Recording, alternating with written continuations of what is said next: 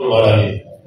మీరు ఓన్లీ పాయకరావుపేట అభ్యర్థులు కార్యకర్తలు కాదు, మీరు జనసేన కార్యకర్తలు బిగ్గర ఐడి ఈగల్ ఐడి ఉంటారు. పైన చూస్తే ఒక సమస్య తెలుస్తుంది. సో మీరందరూ కూడా ఇంకొంచెం ఒక బ్రాడ్ మైండ్తో ఆలోచించాలి. ఎందుకంటే ఇవాళ ఖచ్చితంగా రాజకీయాలు అయిన తర్వాత ఒకరికి గొడవలు ఏదైనా జరుగుతుంది. కానీ ఒక కాజ్ కోసం అందరూ కలిసినప్పుడు కొన్ని వ్యక్తిగతమైనటువంటి బాధలు కానీ అవమానాలు కానీ ఎన్ని ముందుకెళ్ళాలి. ఎందుకంటే మనం యుద్ధం చేసేది ఒక most dangerous enemy for the state. మన తెలుగు దేశాలకు లేకపోతే జనసేనకు కాదు, ఆంధ్ర జాతికే చాలా ప్రమాదకరమైనటువంటి శత్రువు వైసీపీ పార్టీ. 2019లో 2020 నవంబర్ అక్టోబర్లో కరోనా అనే వైరస్ వచ్చింది. అప్పుడే పేపర్లో చదువుతున్నాం, ఇది వాటిలో వచ్చింది, ఇక్కడికి వచ్చేసింది, ఢిల్లీ వచ్చేస్తున్నారు. 2020 వచ్చినప్పటికీ కరోనా వైరస్ వచ్చింది. చాలా సైంటిస్టులు, మేధావులు, డాక్టర్లు, ఎంతో మంది వాలంటీర్స్ కరోనాని అద్భుతంగా కంట్రోల్ చేయగలిగారు. కరోనా మామూలు జ్వరం లాంటి స్థితి తీసుకున్నందుకు మన వైద్యులు అభినందించారు. కాకపోతే కరోనా కంటే ముందు ఒక సంవత్సరం కోట్ల రూపాయలు, వేల కోట్లు మా నాయకుడు యాజ్ అన్ యాక్టివ్, మిగతా చాలా మంది హీరోలు కన్నా హాస్పిటల్ మామూలు జీవితం గడుపుతున్నారు. ఆయనంతా కూడా ప్రజల యొక్క ఫైనాన్షియల్ జరుగుతా డబ్బులు. ఇవాళ మన జనసేనలో చాలా మంది కోటీశ్వరులు ఉన్నారు, వాళ్ళ కూడా డబ్బు కూడా మనకు తెలియదు. కానీ జనసేనలో మా నాయకుడు పవన్ కళ్యాణ్, మా అందరి నాయకుడు పవన్ కళ్యాణ్ ఉన్నది ఒకటి ఐడియాలజీ, ప్రజల కోసం నిలబడాలి తాపత్రయం. అందుకని జనసేన ఈ రోజు కూడా అవుతుంది not with money, only with ideology. అద్భుతమైనటువంటి ఆశయంతో నడుపుతున్న పార్టీ. ఇవాళ డబ్బుతో పార్టీ నడపాలంటే ముఖేష్ అంబానీ, లేకపోతే అదాని, టాటా, అందరూ వేల కోట్లు, లక్షల కోట్లు, మరి వాళ్ళు ఎవరు నడపలేకపోతున్నారు. ఒకే కొంతమంది నాయకులే ఉంటారు ఆ పార్టీని ఉపయోగిస్తున్నారు. ముఖ్యంగా జనసేనకున్న మీరందరూ కూడా గర్వించాల్సిన ఒకే ఒక విషయం ఏంటంటే, ఇవాళ జనసేన పార్టీ పెట్టింది తన హయాంలో పెట్టి ఈ రేంజ్లో తీసుకొచ్చింది పవన్ కళ్యాణ్.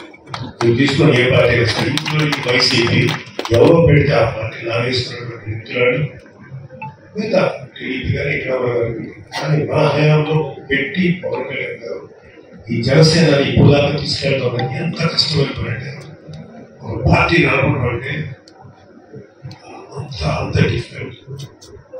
రక్తాన్ని కరిగించాల్సి వస్తుంది, ఖండాన్ని కరిగించాల్సి వస్తుంది, మనసుని, సంతోషాన్ని, సుఖాలన్నింటినీ కలిగించాల్సి వస్తుంది. అంత కష్టపడుతున్న వ్యక్తి నన్ను మాందవ్యాలకు వ్యతిరేకంగా నువ్వు జనసేన జనరల్ సెక్రటరీగా అన్నప్పుడు దాన్ని ఒక బాధ్యతగా నేర్చుకున్నాను, కానీ దాన్ని ఒక అధికారంగా నేను పరిగణించలేదు.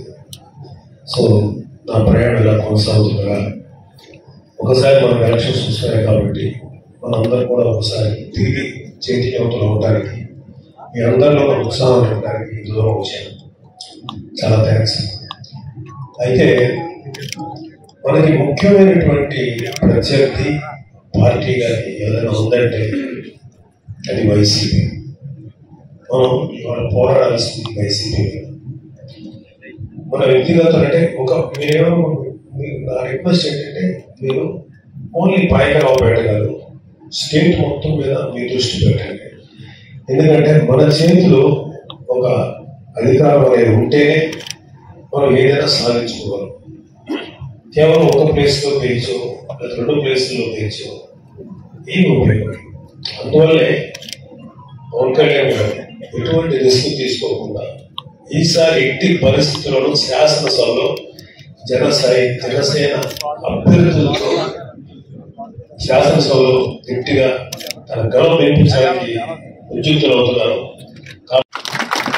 విమర్శలు కాదు, కానీ ఒక తెలంగాణలో కేసీఆర్ గారు లాంటి మంచి నాయకుడు, సమర్థవంతుడైన నాయకుడు తెలంగాణకి రాష్ట్రానికి ఒక చెప్పాలంటే ఆ రాష్ట్రానికి తెచ్చినటువంటి వ్యక్తి ఆయన, అంత పేరు వ్యక్తి.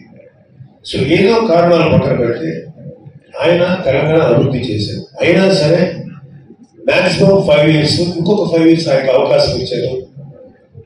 నెక్స్ట్ టైం వచ్చి ఆయన ప్రభుత్వాన్ని ఓడించి కాంగ్రెస్ ని ఎక్కించారు.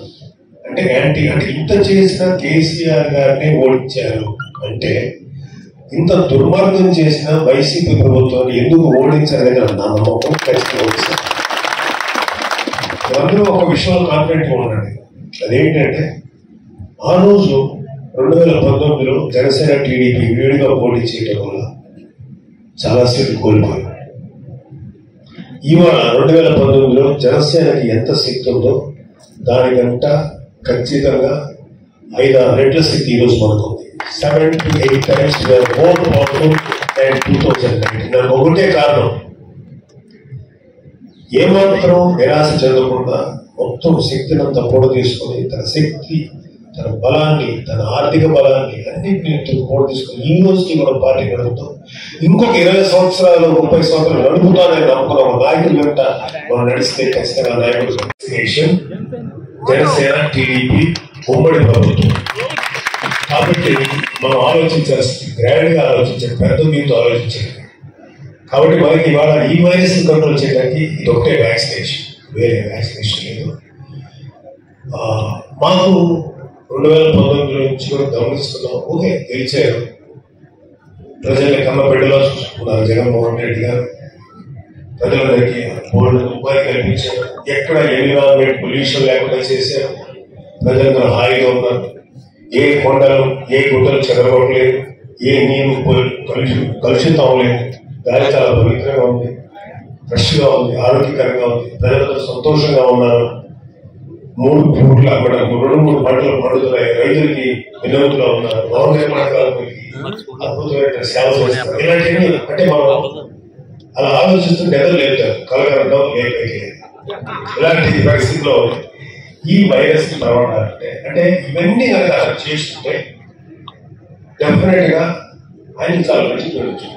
కానీ ఇవన్నీ ఏమీ చేయరు, కేవలం స్వార్థం, తను ఎంత సంపాదించుకోవాలి, ఎలా పైకి రావాలి, ఇంకా ఎలా సంపాదించుకోవాలి అనేటువంటి ఆలోచనతో ఉన్న వ్యక్తి నోరు తెరిస్తే అటు పవన్ కళ్యాణ్ గారి వ్యక్తిగతంగా, పార్టీ పరంగా, లేదా అటు చంద్రబాబు నాయుడు గారిని వ్యక్తిగతంగా, పార్టీ పరంగా నోరు తెరిస్తే వ్యక్తిగతంగా దూషణ తప్ప కన్స్ట్రక్టివ్ గా విమర్శించేటువంటి పద్ధతి. నేను కూడా ఒకటి అనుకున్నా, నేను వాళ్ళలాగా వ్యక్తిగత విమర్శించలేదు, పోదలుచుకోలేదు. నేను అడిగే ప్రశ్న ఏంటంటే, పాయకరావుపేట నియోజకవర్గాన్ని వరకు తీసుకుంటే ఇన్ని సమస్యలు ఎందుకు ఉండాలి వీళ్ళకి, ఈ వైపు నుంచి ఎటువంటి ప్రయత్నం ఎందుకు లేదు, ఇదే నా ప్రశ్న. మీరు పవన్ కళ్యాణ్ గారి వ్యక్తిగత జీవితంలో ఇంకొక వ్యక్తిగత జీవితం ఈ సోర్లు చెప్పకుండా ప్రజలకి ఎందుకు చేయలేమని ఆన్సర్ చెప్పండి. ఎన్ని సమస్యలు ఎందుకు ఉన్నాయి, మత్స్యకార కుటుంబాలకు ఎందుకు ఎన్ని సమస్యలు ఉన్నాయి, యాదవ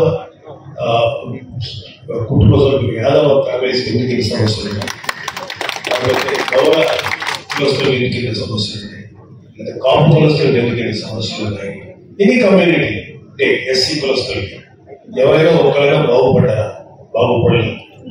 ఎందుకంటే మనం ఎన్ని ల్యాండ్స్ కబ్జా చేద్దాం, ఎన్ని కోట్ల రూపాయలు దాచుకుందాం, ఇది వీళ్ళ ఆలోచన. ఋషికొండ లాంటి అద్భుతమైనటువంటి నేచురల్ హెరిటేజ్ అడ్డంగా తీసుకున్నటువంటి వ్యక్తులు. అలాగే నదులకి వరాహ రక్షణ రక్షణగా గోడ కట్టాల్సిన అవసరం ఉంది. అలాగే డ్రైనేజ్ వ్యవస్థ క్షీణించిపోయింది, దానివల్ల ఎన్ని ఇబ్బందులు అవుతారో తెలుసు, అది అడ్రస్ చేయాల్సిన అవసరం ఉంది. రోడ్లు బాగలేవు, ఉన్నప్పుడు హాస్పిటల్ లేదు. షాకింగ్ గా అనిపించింది ఏంటంటే పాయకరావుపేటలో ఒక డిగ్రీ గవర్నమెంట్ కాలేజ్ లేదు. ఇది చాలా కాదు, ప్రైవేట్ కాలేజెస్ వేల రూపాయలు, లక్షల రూపాయలు ఫీజు చేసే ప్రైవేట్ కాలేజెస్ ఉన్నాయి, కానీ ప్రభుత్వ కళాశాల లేకపోవడం ఇదంతా చాలా దురదృష్టకరం. సమస్యలు కానీ మిగతా కులస్తుల సమస్యలు కానీ ఉన్నారు. ఈ ప్రతి సమస్యని నిలబడాల్సిన అవసరం ఈరోజు ఈ నాయకులకు ఉంది.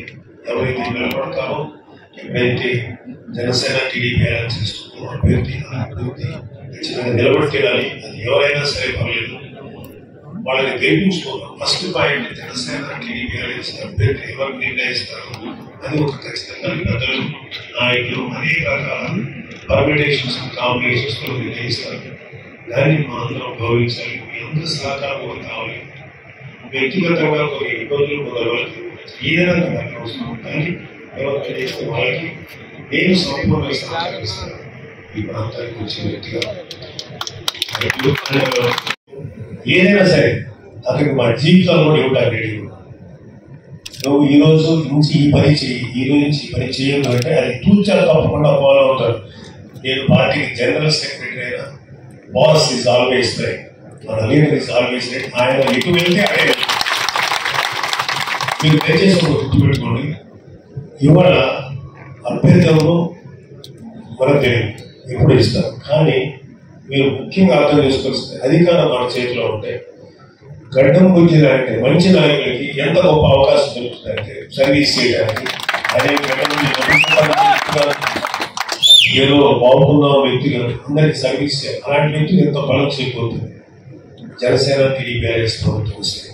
సో అలాంటి పెద్ద కోసం ఆలోచించేది వాళ్ళు పవన్ కళ్యాణ్ గారు లాంటి నాయకత్వంలో నేను కానీ, సతీష్ గారు కానీ, రమేష్ కానీ, మా అజయ్ గారు, నా స్నేహితులైన ఆయన కానీ, విజయ్ కానీ, చాలా మంది నాయకులు నిరంతరం.